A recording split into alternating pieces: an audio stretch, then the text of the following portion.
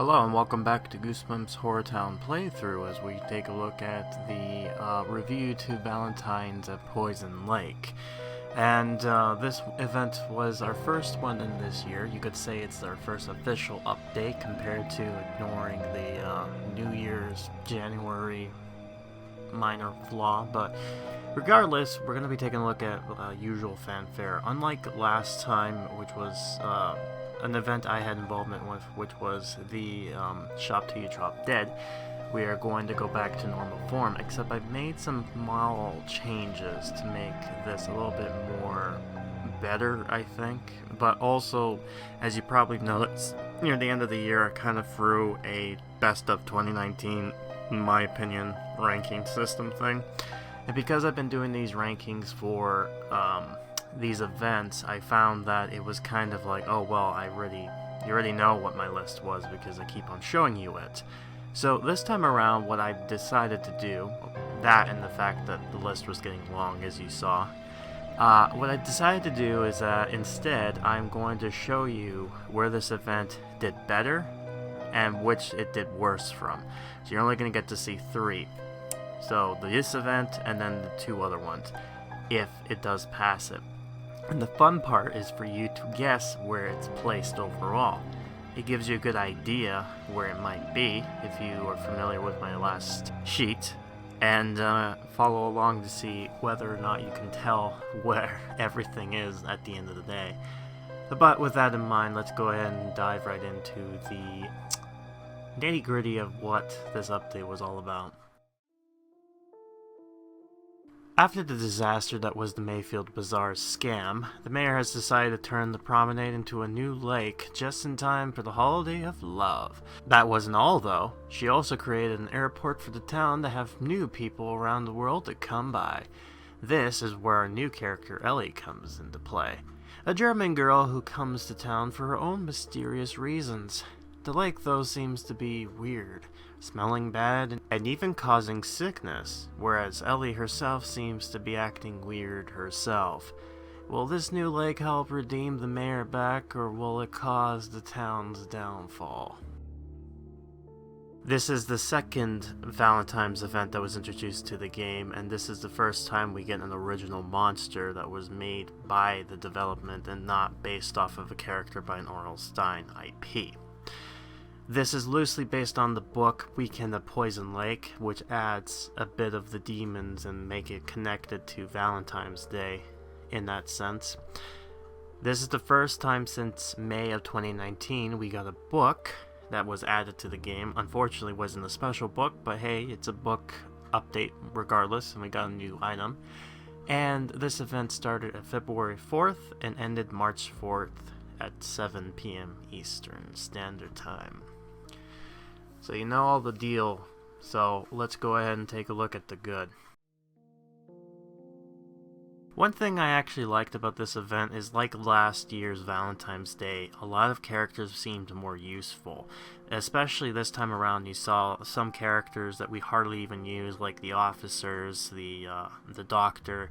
They were helpful with dropping items, but not only that, but there were characters who did tasks that actually dropped event currency. Even though they didn't drop actual event items, they did drop currency, which did help actually be able to get all the items in time. I feel like this actually helped a lot when it comes to getting everything together. The balance between having newer players coming in, but also having the older players have some unique experience. Speaking of new items, the new items that he introduced in this event was actually very nicely themed. Not only did it fit the Valentine's Day aesthetic, but it also fit the whole HorrorTown creepy vibe. Stuff like the love bench and the lover's coffin, and stuff like the neon Valentine's Day sign. All these have that unique feeling of having that eeriness of stuff I've talked about before, mixing both normal creepy but also Halloween-ish kind of deal. Because although, yes, this is about Valentine's Day, it's always nice to see some creepier elements brought in to make it fit to the Goosebumps world. The new scenes and the previous scenes last year are able to be grabbed for freemium players, which is always a nice touch, especially with the new added permanent stuff for these new characters, like the summoning portal was somewhat unique to see, and it was just for bucks too, or coins, so it was more or less very user-friendly, or newer-friendly, I should say. Especially with having the lake monster be free actually did help. Although he dropped just the lake potion, which was extremely easy to grab, it is a nice thought to have something there. But don't worry, I'll talk about him in a little bit. The final prize and the book prize was easy to get, but not only that, but it was also unique for what it was. Although it wouldn't say it's connected to Valentine's in a sense, it did kind of connect to this event. I feel like the way the Screamer's Monolith and the Poison Lake, or the Poisonous Lake, fit well within the environment. I'm kind of interested to see how the Poisonous Lake was more of a swampy-like area that fits in with the Fever Swamp location, rather than having it be like purplish or that kind of color you would associate with poison. I should always mention this, but like always, the length of the event and the currency was around the right amount. I found myself, personally for me, I found a lot of event currency to deal with, so much so that I didn't know what to do or buy, really. For me, although that's a little bit much, I will say that for newer players, it means more easier to get everything in time, so I didn't see anything negative about that. So, again, nice length of time to keep us busy, as well as some event stuff. It's a nice balance between everything here. But like everything, good always comes with the bad. So with every yin, there is a yang. Let's take a look at what were some of the drawbacks. Despite my recent comments about the newer items fitting well within the event, it would have been nice to have some of the old previous items come back within this event. I know that there are certain items that are in the game permanently, like the Love Fountain or the Slappy Fountain, but it would have been nice to see some event items like the teddy bears and stuff that was from previous events for people who are new to the game that didn't get access to it. Maybe something near future that they can add into the game long term. Despite me loving Ellie as a concept character and her personality and her animations were great, I felt that 666 Goosebucks was very high for just a joke, and it takes a long time for her to drop a certain item, which is the same thing that what happened with Reggie. It would be nice in the future that if you do bring these characters that have like unique drops to kind of consist of changing the drop rates to be more reasonable without it going too much in value. During this playthrough, you may have noticed I've used the big warning label about everything. I had to go ahead and take the subject matter and be a little bit more serious about this, but I must put this here in the bad. The story subject matters might have not been a bit too much for some users, especially for a game that was rated E. I felt the use of demons and even the weird cringy love stuff to be maybe not the best when it comes to people under 10. Despite that being this case, though, I did enjoy the story and the humor of it, especially with my suffering. It did bring out some good content for this channel. But again, I wouldn't have blamed people for being a little bit more, what's the word? A bit disappointed with what was given to us.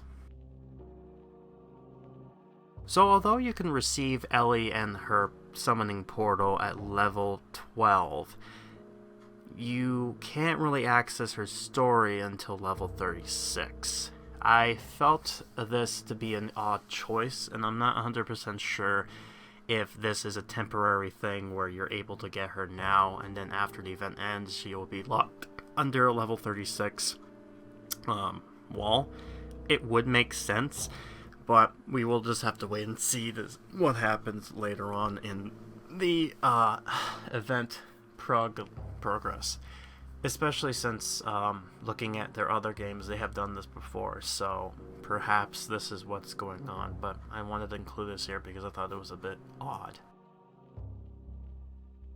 And last but not least, the Poison Lake itself. The lake monster was very disconnected to the event, and it didn't even have a connection to it. It's like it kinda did, and I won't blame the developers because the story itself is a bit odd and it tries to incorporate the lake in the whole event in a way, but it felt like it was second nature in the background and the focus was more so the summoning portal, which is its own thing. It had nothing to do with the Valentine's Day Poison Lake scenario.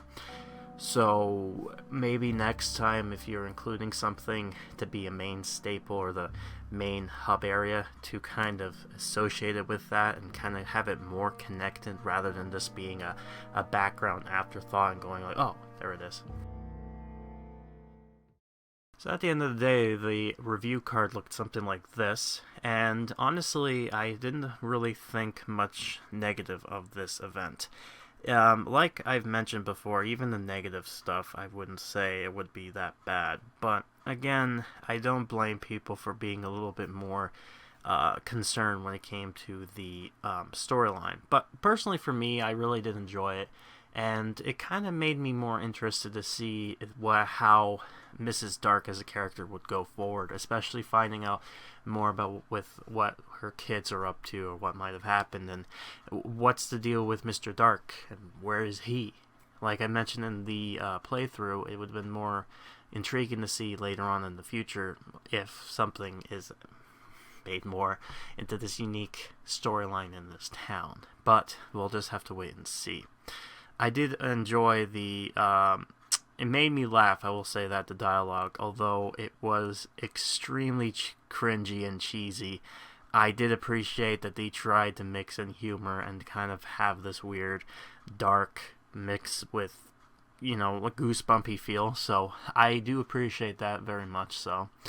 The last thing I will say before I give you my, where this thing lands, is that I feel like this was a unique take, and this is the first time I think we've seen a little bit more of this storyline. However, I will say that maybe they can turn it down a little bit, or either they turn it down, like not so many dams into the storyline, or have it so that they change the E rating to something a little bit more older. That would probably help it a little bit when it comes to the content and being involved. But it's just a thought in the end of the day. So, where did this event lead us into? Where do I place this on my list of all the other 12 events we had thus far? Well, like I said, I won't tell you where it is. But what I will tell you is what it did better, or what it surpassed. Personally, for me, I feel like it passed over the recently redeemed Body Squeezer Revolution event.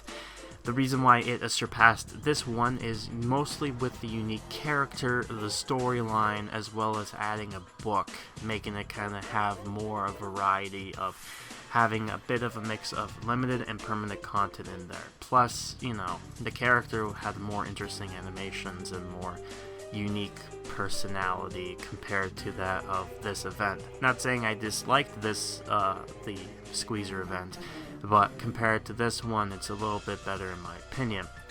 However, what it did not surpass was last year's Valentine's Day event.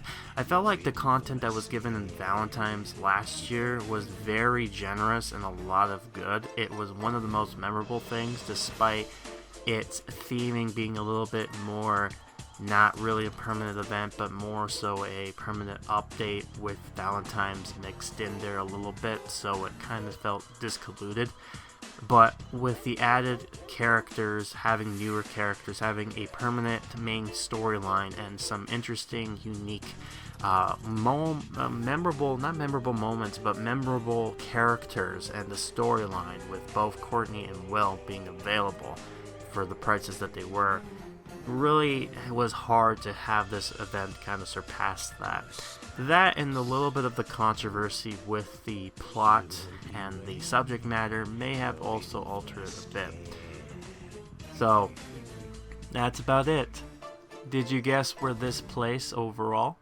Leave your guess down below in the comments to say which place out of the 12 you would have put this in, and if you can guess where I put mine. So, that's about it from me. So what is next on our event update thing?